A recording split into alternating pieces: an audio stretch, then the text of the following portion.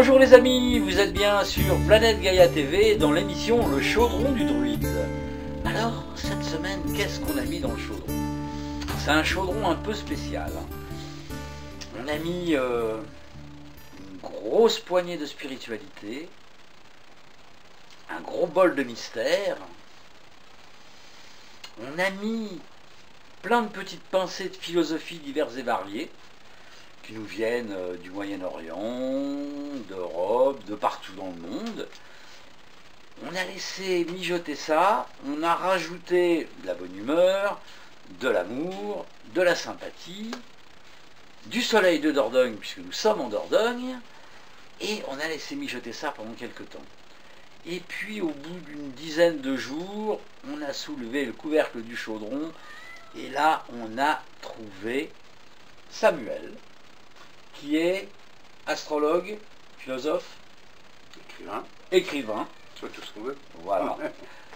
Bonjour Samuel, merci de nous accueillir dans ton antre, Oui. parce que là on peut vraiment parler d'antre. Alors je ne sais pas si vous voyez bien les tableaux qu'il y a derrière, mais il y en a partout dans la maison, c'est magique. Je ferai peut-être d'ailleurs quelques photos que je mettrai pour que les gens voient. Donc c'est vraiment son antre. C'est notre antre. C'est votre antre, pardon, excuse-moi. Mira, sa compagne, qui est artiste peintre. C'est ce qu'on dit habituellement. C'est ce qu'on dit habituellement, Ouais, voilà. ouais. Entre autres. Voilà. Bon Samuel, tu vas donc nous parler de ta dernière création, de votre dernière création. Oui, parce que ça c'est commun. Oui. c'est une création commune. Mm. Donc ça s'appelle Le Voyage de Ritavan. Ritavan. Ritavan. Et ses 12 chats. Ah ah. Miaou. Voilà. Mm. Miaou miaou. C'est paru chez Courrier du livre. Courrier du livre, voilà, le Courrier du livre, et ça se trouve dans toutes les bonnes boutiques qui se respectent. Voilà. Voilà. Alors, Samuel, pour les téléspectateurs qui ne te connaissent pas encore, il y en a quelques-uns, 2 ou 3, est-ce que tu pourrais en quelques mots dire qui tu es, ton parcours, puis comment t'en es arrivé là? Voilà. Bon. Voilà. Pour comprendre le travail que je fais, il faut savoir, je suis un universitaire de formation. J'ai fait des études universitaires, Oui. j'ai fait Sciences Po, j'ai fait droit et d'autres choses, journalisme. Mais ça ne me satisfaisait pas. La seule chose qui m'intéressait, c'est d'apprendre, parce que j'aime apprendre. D'accord. Que ce soit à l'intérieur, à l'extérieur, donc j'ai appris beaucoup de choses. Uh-huh. Mais j'étais malheureux. Ouais. J'étais malheureux dans ma vie d'homme, ma vie affective et tout.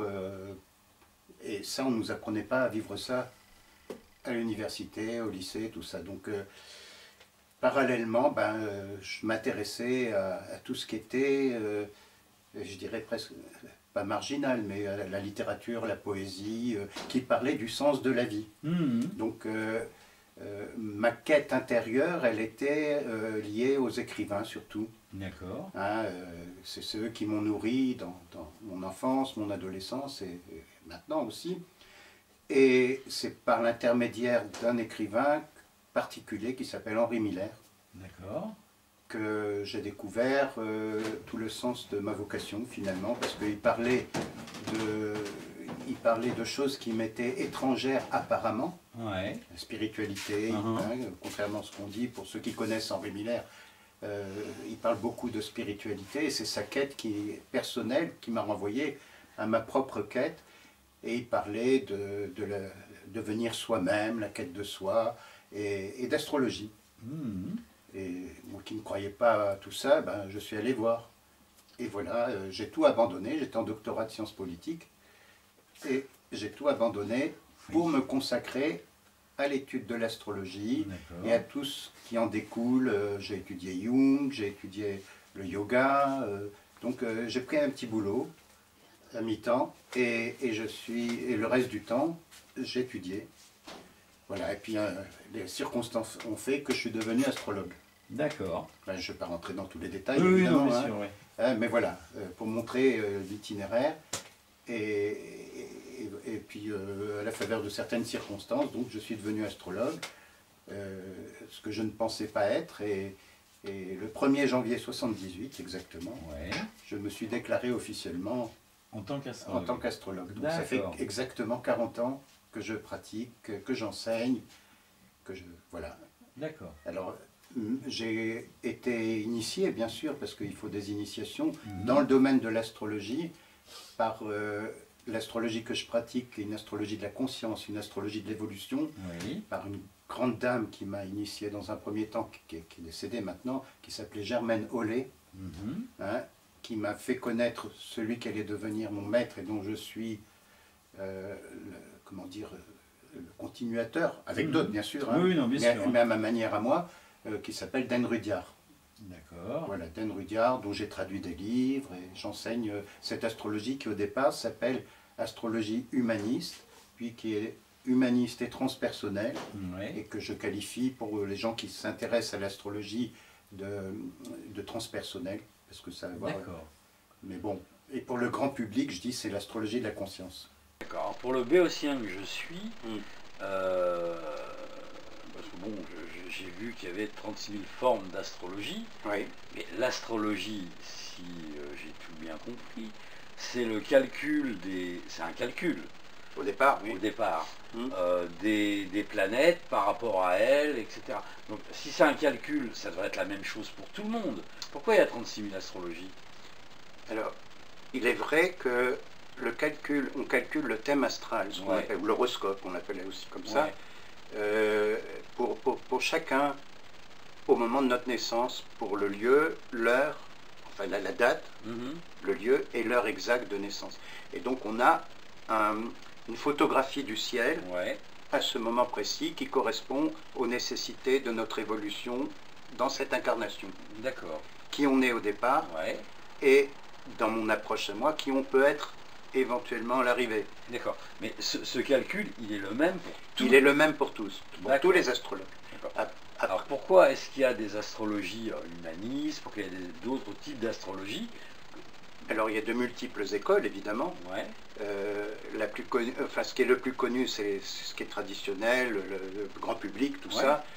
On n'a rien à voir avec ça, évidemment. D'accord. Hein, et puis après, c'est suivant les intérêts particuliers de chaque astrologue.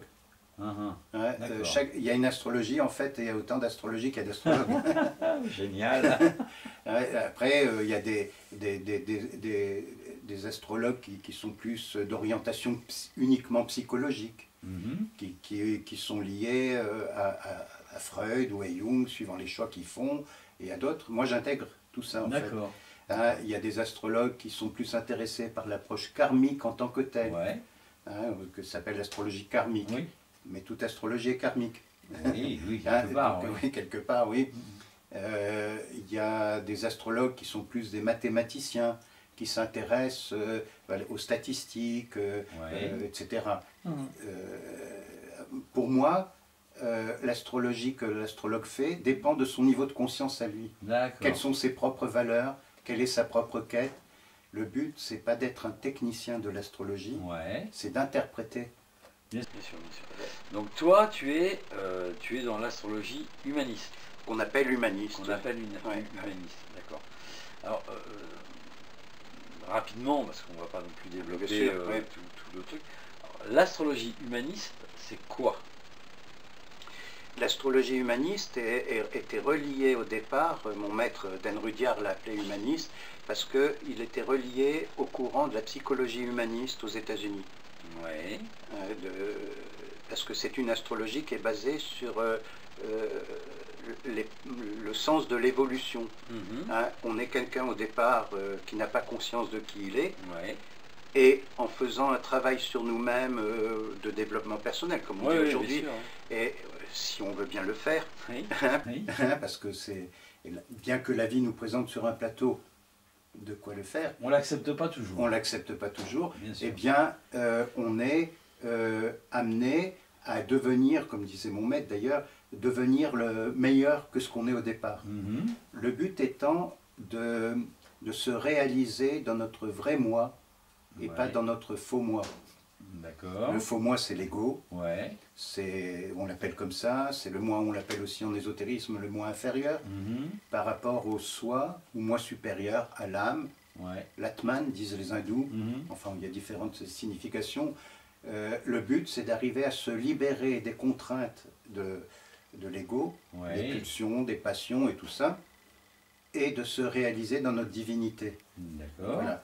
Donc l'astrologie que je pratique, c'est le chemin, c'est la feuille de route qui nous permet de comprendre ce cheminement D'accord. qu'on peut faire si on veut bien le faire. Si on veut bien le faire, bien Ouais, sûr. parce que ça, il faut bien insister là-dessus, quoi. D'accord. Alors comment est-ce qu'on passe du travail de l'astrologie, c'est-à-dire faire un thème et l'interpréter, à, Le voyage de Ritavan. l'orillage de... Voilà. au Alors comment, voyage de Ritavan. voilà, donc je vis avec mon épouse, Oui, oui, bien sûr. qui est artiste peintre, Mira, Mhm. qui est connue également dans les milieux ésotériques et Mhm. tout ça, et Je te coupe 2 secondes. Les photos que vous voyez apparaître de temps en temps sur le côté, ce sont les tableaux de Mira. voilà. Donc il y a une symbiose entre son travail et le mien. Oui. C'est-à-dire que mon astrologie et tout ce qui va derrière, Uh-huh. tous les enseignements spirituels qui la sous-tendent, Ouais. sont les mêmes que ce qui sous-tendent sa création, La à création, elle. bien sûr. Et donc, cette quête du divin, de la pureté, de l'inclusivisme, de l'universalité, Mhm. qu'on voit dans ses peintures, moi c'est ce que je développe dans mon astrologie. Donc, D'accord. on fait des créations communes, dont le voyage de Ritavan, D'accord. dans lequel là, il y a un certain nombre de cartes, bon, comme tous ces jeux, si on peut appeler ça des jeux cosmiques finalement. Oui. Eh bien, Mira a fait des peintures, on a fait une structure du jeu, Ouais. et puis quand on tire une carte, on est renvoyé à un texte. Et la carte, qu'il faut d'abord étudier, méditer, parce qu'en elle-même, il y a tellement de richesse, de symboles dans la peinture elle-même, Mhm. elle est porteuse déjà de méditation, de D'accord. travail intérieur. Et il faut s'en imprégner, et ça c'est le propre de l'art et de l'artiste. Bien sûr. C'est-à-dire que l'artiste du sacré, comme Mira, hein, est là pour éveiller en nous cette dimension de l'âme, Mhm. du divin, que notre petit ego enfermé dans ses pulsions, Oui, bien sûr. Bien hein, sûr. et bien, c'est le rôle de l'artiste de ne pas passer par le mental Ouais. pour laisser émerger cette Mhm. dimension-là. D'accord. Ça, c'est le don qu'a Mira, d'éveiller ce qu'il y a de meilleur en chacun. D'accord. Après, mes textes, on tire une carte, ça renvoie à un texte, Ouais. et c'est comme si je faisais une consultation d'astrologie, les D'accord. textes. Ah oui, ok. Ouais. D'accord. Hein, il y a de l'astrologie dedans, mais Ouais. chaque carte est le révélateur d'une situation qu'on est en train de vivre. C'est toujours pareil. Ça, c'est ce qu'on appelle un oracle.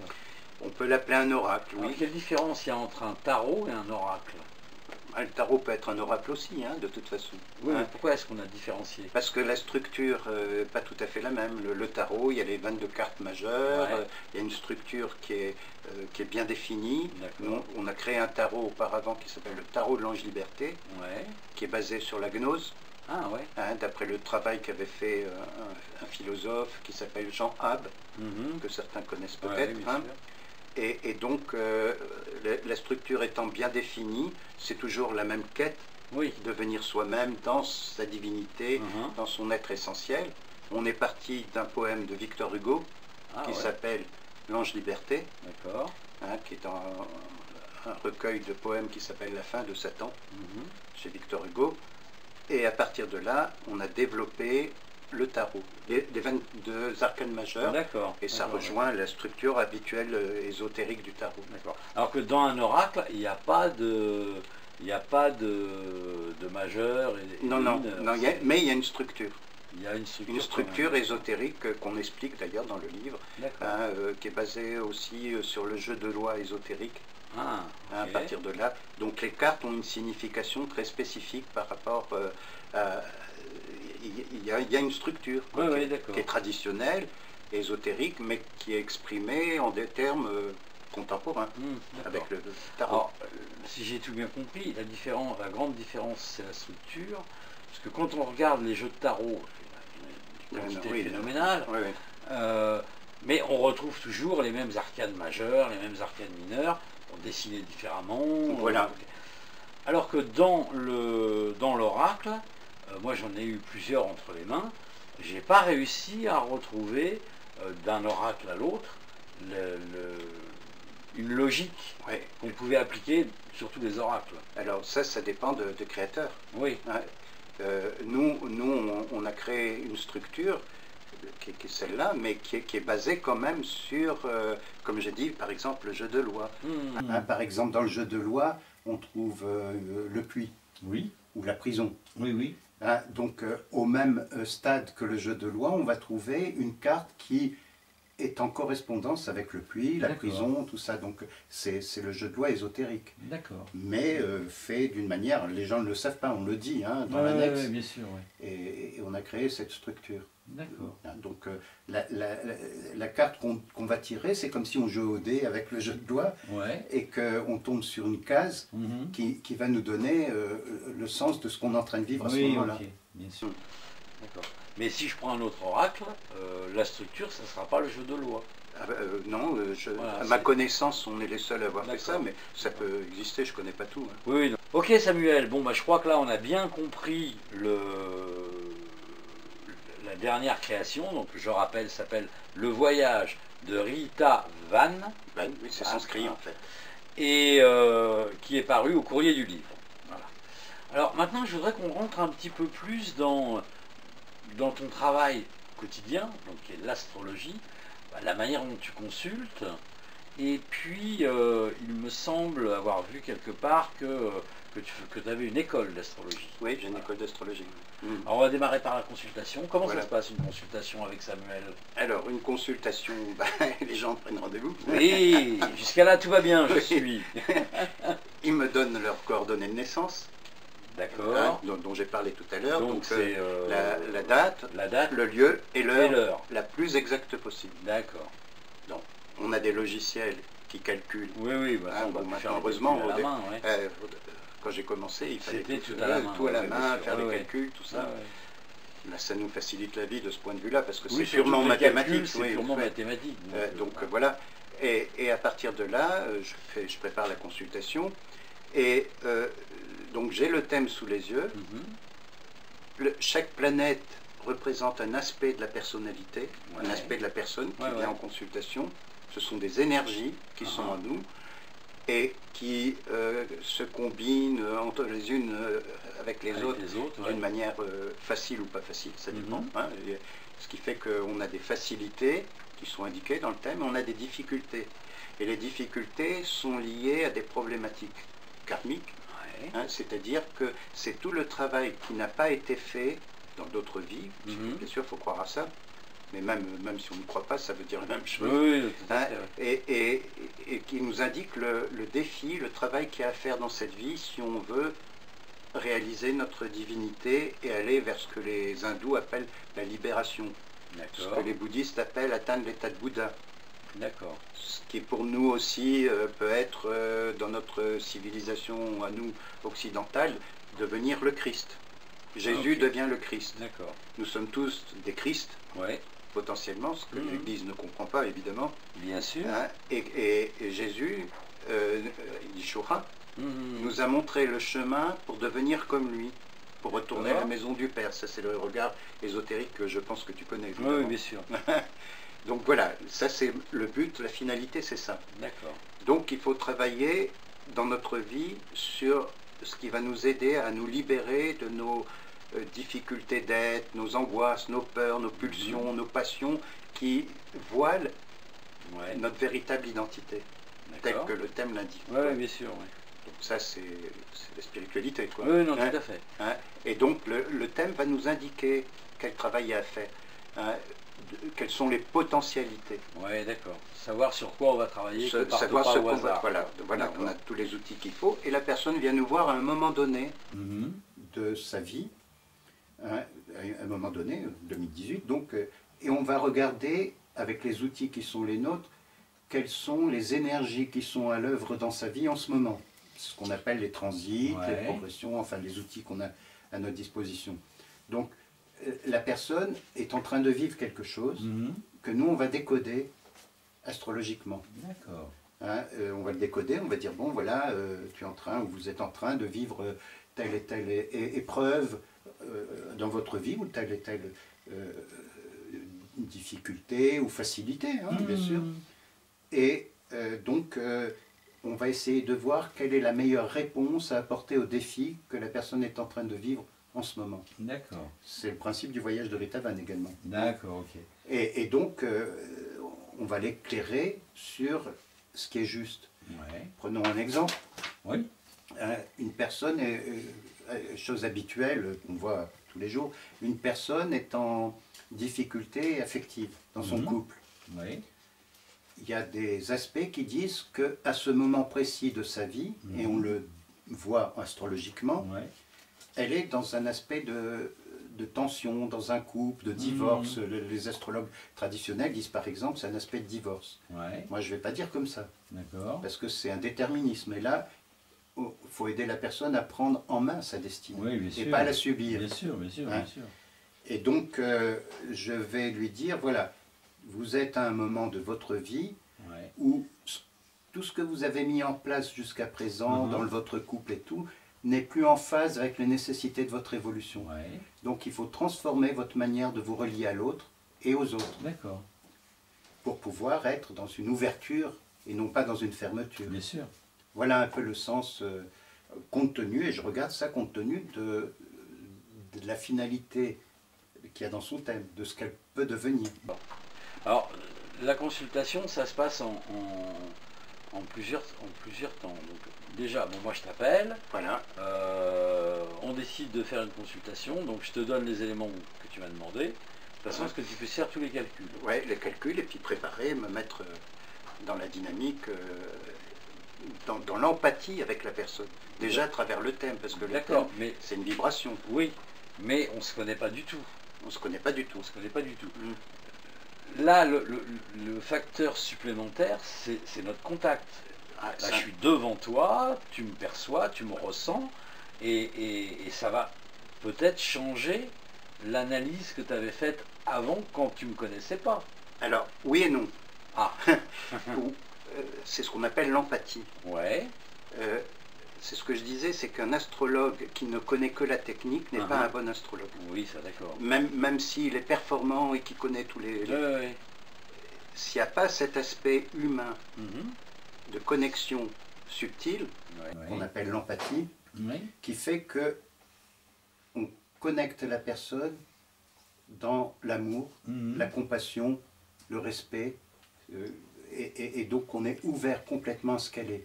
Donc c'est des vibrations. Oui, oui, tout à fait. C'est une première chose. La deuxième chose qui est importante aussi pour moi, c'est la sociologie de la personne. Et c'est pour ça que j'ai fait des études universitaires auparavant. Maintenant, elles me servent finalement. Oui, bien sûr. En tant que sociologue, d'où vient la personne, quelles sont ses origines, que ce soit culturel ou autre. Donc j'ai appris à décoder ça aussi. Parce que ça va me permettre de voir quels sont les conditionnements initiaux de la personne dont elle doit dont elle devrait se libérer pour pouvoir être quelqu'un de plus universel. D'accord, mais ça sous-entend que, parce que toi tu as préparé ton truc avant, maintenant qu'il y a ce contact et que cette empathie c'est instauré, ça risque de changer le sens de ton analyse. Alors, au début, quand j'ai débuté, oui. Mais maintenant, non. Moins. Je dirais même le son de la voix quand la personne me demande le contact et tout. Je sais la vibration. D'accord. Hein, tu sais, c'est un yoga, l'astrologie. Ouais. Je l'aurais pas vu comme ça, moi. Voilà, c'est pour l'astrologue. Oui. Ah oui. Pour l'astrologue, c'est un yoga. C'est-à-dire que c'est un chemin aussi pour l'astrologue de découverte de lui-même. Comme disent les hindous, dans les différents enseignements, plus on pratique et plus on est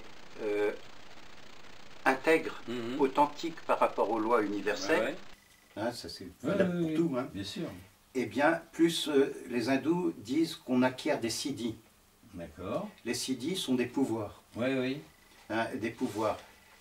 C'est-à-dire qu'on acquiert le pouvoir de clairaudience, de clairvoyance. D'accord. Bon, moi, j'ai pas tout ça à proprement parler. Par contre, un des pouvoirs que j'ai développé, c'est de sentir la personne même si elle n'est pas là. D'accord, ok. C'est pour ça que je dis, au départ, Oui, c'était... ok. Mais ça, alors les hindous disent dans le yoga, il ne s'agit pas de chercher ces pouvoirs pour Ouais, eux-mêmes, bien sûr. ils nous sont donnés, Ils nous sont donnés, oui. mais le but, c'est pas les pouvoirs. Oui, oui, non, bien sûr. Ouais. On est bien d'accord là-dessus. Donc l'astrologie, comme toutes les techniques spirituelles, Ouais. celle-ci en est une, Mhm. permet pour l'astrologue de développer ces pouvoirs-là au fil du temps. D'accord. Voilà, donc ça va pas... Tout ça, l'ensemble fait que je vais pouvoir essayer d'apporter une réponse D'accord. à la personne. Et une dernière chose que je pourrais dire dans l'interprétation, et c'est ce que j'enseigne dans mon école aussi, Ouais. c'est- On va venir à on va y l'école, venir ouais. à l'école, Ouais. c'est que on va pouvoir donner une réponse à la mesure de ce que l'astrologue est. Oui. C'est-à-dire, si l'astrologue veut prendre un pouvoir sur l'autre, ça ne va pas marcher. D'accord. Ce qui arrive souvent dans les techniques Oui, d'accompagnement. oui, oui, oui, oui. L'attitude de l'astrologue, là où il en est dans son chemin spirituel, dans son évolution Ouais, propre, ouais, propre. va lui permettre d'utiliser l'outil encore avec d'autres plus Ouais, ouais. tu vois, d'ouverture. Donc, ceci dit, mon enseignement, mes réponses sont basées sur ce que je perçois, ce que je ressens de la personne, D'accord. ce que je vois dans son thème, enfin ce que je vois, ce que j'intuite, quoi. Et puis tout ce que moi j'ai fait comme chemin, à travers mes maîtres, mes enseignements que j'ai reçus moi-même. Oui, bien sûr. Voilà. Ok. Alors, on va parler de ton école. Voilà. Alors, moi, je suis pas du tout intéressé par l'astrologie, parce que j'ai d'autres choses à faire, et c'est pas ma préoccupation actuelle. Et puis, une nuit, je fais un rêve,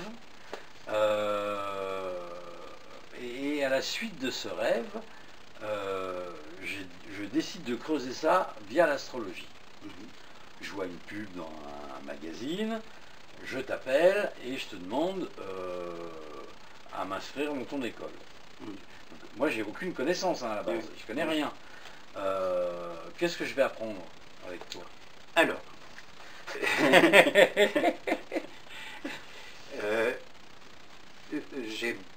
ça fait 40 ans que j'enseigne. Hein. Ouais. J'ai créé l'école parce qu'on me l'a demandé, des élèves, entre guillemets des élèves, parce que c'est des amis spirituels. On est tous dans le même bateau. Bien sûr. Il n'y a pas un qui est supérieur à l'autre. Oui, non, même si on détient un outil qui est clair. Hein, m'ont dit, parce que j'ai fait de nombreux séminaires jusqu'à 95, et je faisais des séminaires à droite, à gauche, bien sûr. Et les gens m'ont demandé un jour, pourquoi tu ne créerais pas une école structurée, organisée avec une démarche, sur tout ce que tu dis du développement qu'on appelle aujourd'hui développement personnel ou spirituel. Bien sûr. Hein, j'ai réfléchi et je me suis dit, ça c'est un sacerdoce. Oui. Hein, mais bon, je me suis dit, si je ne veux pas rester un fonctionnaire de l'astrologie, ce qu'on peut devenir aussi, oui, tout à fait. Oui. Hein, eh bien, j'ai créé cette école finalement, et donc qui est une étape. Au départ, j'enseignais aussi pour les débutants, ceux qui ne faisaient pas d'astrologie. Donc c'est moi. Donc c'est ton cas. Voilà. En principe, c'est une astrologie pour astrologues. C'est-à-dire des gens qui ont déjà les bases de l'astrologie. Au moins les bases, savoir lire un thème, connaître un peu les signes, tout ça. Bon, maintenant, il y a beaucoup de gens qui sont intéressés par mon approche et qui disent, moi je veux travailler avec toi, j'ai encore pas de notion, tout ça. Donc je les accompagne en même temps dans ce travail. Mais l'école, c'est utiliser l'outil et les connaissances pour un travail de connaissance de soi. C'est pas obligatoirement dans un premier temps pour devenir astrologue. Il y en a qui vont devenir astrologue. Oui, non, bien sûr. Mais c'est pour un enseignement de travail sur soi, de connaissance de soi, grâce à l'outil astrologique. D'accord, c'est un travail personnel pour son développement, mais c'est pas dans le but de faire de l'astrologie. Voilà, c'est un prétexte. Oui, c'est un prétexte, tout à fait. Là encore, comme dit un proverbe, je crois que c'est un proverbe zen, quand le doigt te montre la lune, c'est pas le doigt que tu dois regarder. Ben oui, non, mais d'accord, on est d'accord avec ça. Ok. Donc alors cette école, ça fonctionne comment? Donc c'est pour des gens de prime abord qui connaissent déjà un peu l'astrologie. Mais il y en a d'autres qui viennent, qui ne connaissent pas à proprement Des parler. gens comme moi. Voilà, des gens comme toi, Voilà. mais je les mets carrément dans le bain et je les accompagne au fur et à mesure qu'on avance. D'accord. Ouais. Donc tu commences par leur apprendre à faire quand même à calculer un thème. Moi, là, le pas logiciel, trucs. ouais. Donc, Là, il faut savoir ce qu'ils ont donné. oui, oui. Ça, je leur donne des livres à lire de base, basiques, quoi, Ouais. où ça c'est indiqué. Quoi. D'accord. Ok. Alors ensuite, alors quels sont les outils que tu leur enseignes en fin de compte? Alors, il y a 4 années dans l'école. Hein. Ouais. La première année, je l'appelle retour sur les bases. Oui. C'est-à-dire qu'on revoit toutes les bases, les signes, les maisons, les planètes, les aspects, Ouais. enfin tout ce qui est la base de l'astrologie, mais dans cette optique de développement de la conscience. Pas D'accord. uniquement d'apprendre la technique. Oui, oui, bien sûr. Hein. La deuxième année, c'est l'actualisation, Oui. c'est-à-dire toutes les techniques qui vont nous permettre d'actualiser un thème pour un moment donné. Hein, ce qu'on appelle les D'accord. transits, les progressions, Ouais. enfin, qui nous permettent de savoir ce qui se passe en ce moment, D'accord. qui est en résonance avec ce que la personne est en train de vivre, D'accord. et inversement. Hein. Ok. La troisième année, c'est approfondissement, c'est-à-dire qu'on reprend chaque planète en l'occurrence, et on va travailler sur le sens de chaque planète sous tous ses aspects, Oui. à partir de Jupiter, enfin des planètes, ce qu'on appelle les planètes lentes et collectives, qui sont les planètes de la transformation, justement. D'accord. Et la quatrième année, c'est l'interprétation. D'accord. Hein, c'est-à-dire que j'ai amené progressivement les gens à interpréter, mais là, c'est la synthèse, si tu veux. Oui, ok. Voilà. Donc, pour chaque année, il y a 6 modules. Oui. 6 modules. Pour chaque module, par exemple les signes, premier module de la première année, je leur donne un écrit que j'ai fait, un fascicule. Hein, donc, voilà. Par exemple, celui-là, c'est simple, troisième année, c'est celui sur Uranus. Uranus, d'accord. Ouais, bon, maintenant, ils sont tous... alors, D'accord.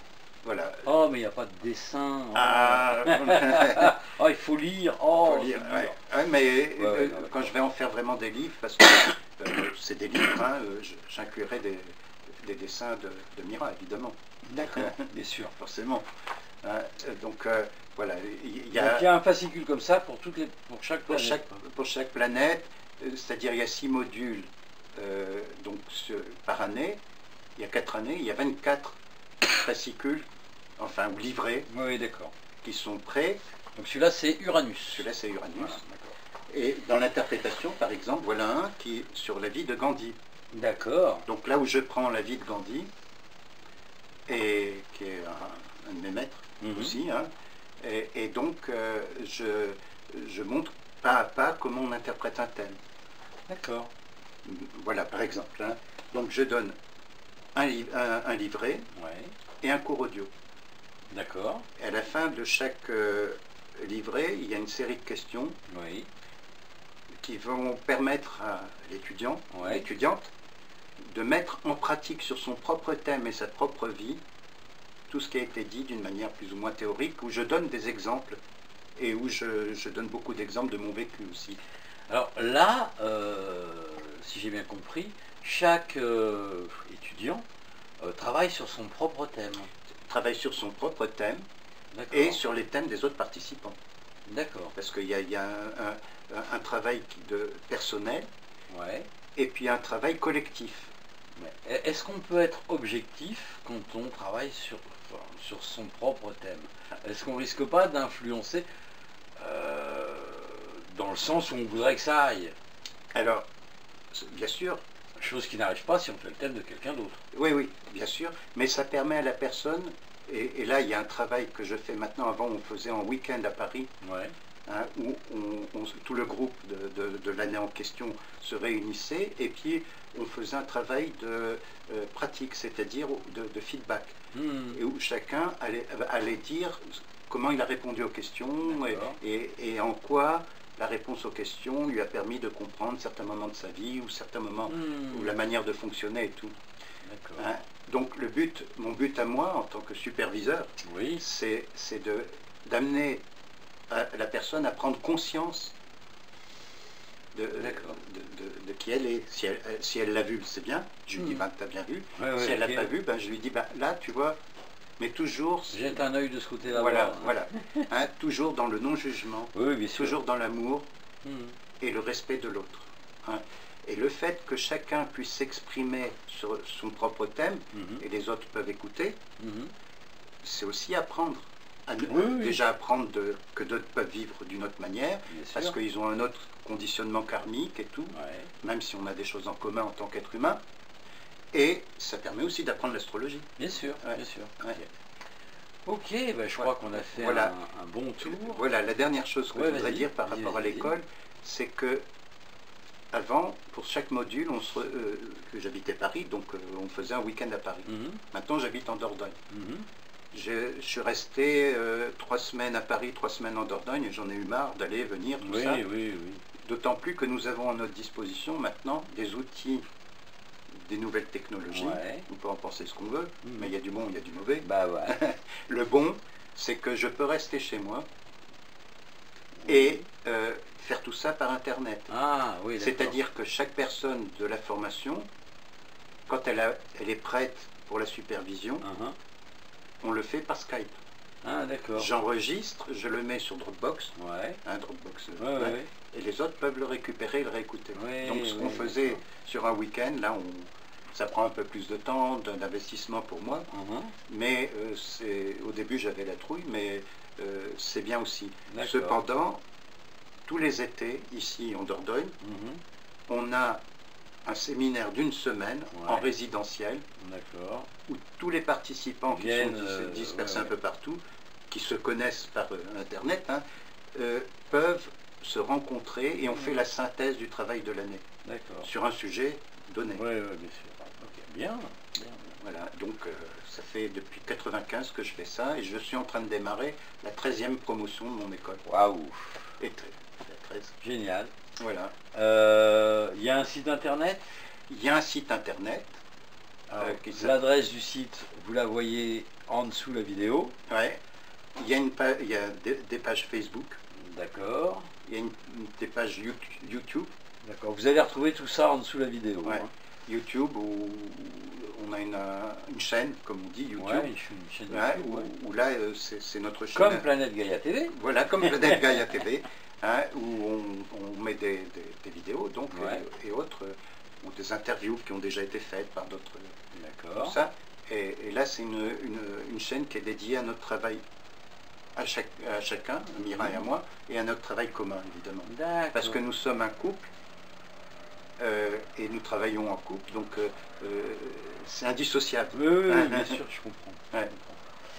Ok, bah écoute Samuel, merci beaucoup merci à toi pour ce moment agréable passé en ta compagnie.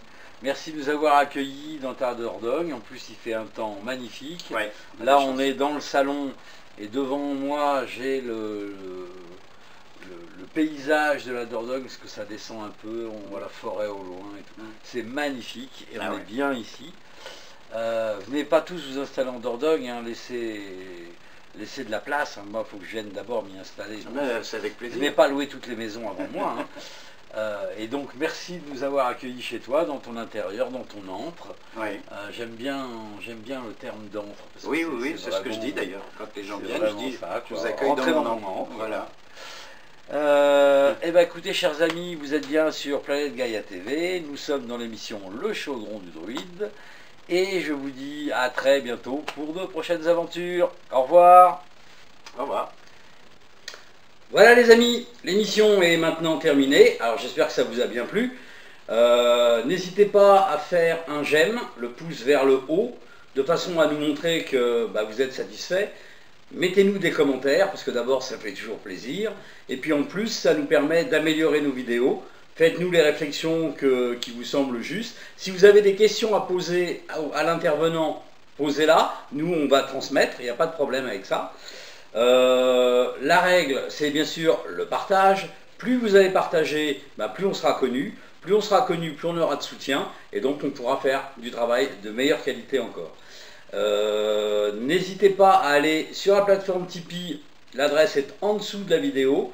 La plateforme Tipeee, c'est notre plateforme de financement participatif, ce qui nous permet de pouvoir continuer, pouvoir exister, de changer notre matériel et de nous déplacer. Donc vous pouvez faire un don de 1 euro à, je sais pas moi, 1 million d'euros, si ça vous fait plaisir. d'une manière mensuelle, donc avec un engagement, ou d'une manière ponctuelle, c'est-à-dire juste une fois. Plus on aura de sous de votre part, plus on aura un budget prévisionnel conséquent, et donc plus on pourra prévoir de vidéos. On pourra prévoir aussi de changer notre matériel, encore une fois, de façon à avoir un matériel encore plus performant. Actuellement, on sort une vidéo par semaine, tous les lundis. Et là, le but de cette année, c'est progressivement d'arriver à 2 vidéos, donc une autre le jeudi. Donc vous allez voir apparaître des nouvelles vidéos de temps en temps, mais de plus en plus souvent le jeudi, donc pour arriver à 2 vidéos. Pour ça, on a besoin de vous, parce que sans vous, sans votre argent, qui est le nerf de la guerre, malheureusement, on ne pourrait pas exister. Donc je vous remercie d'avance pour votre soutien, et je vous dis à bientôt pour de prochaines aventures. Au revoir.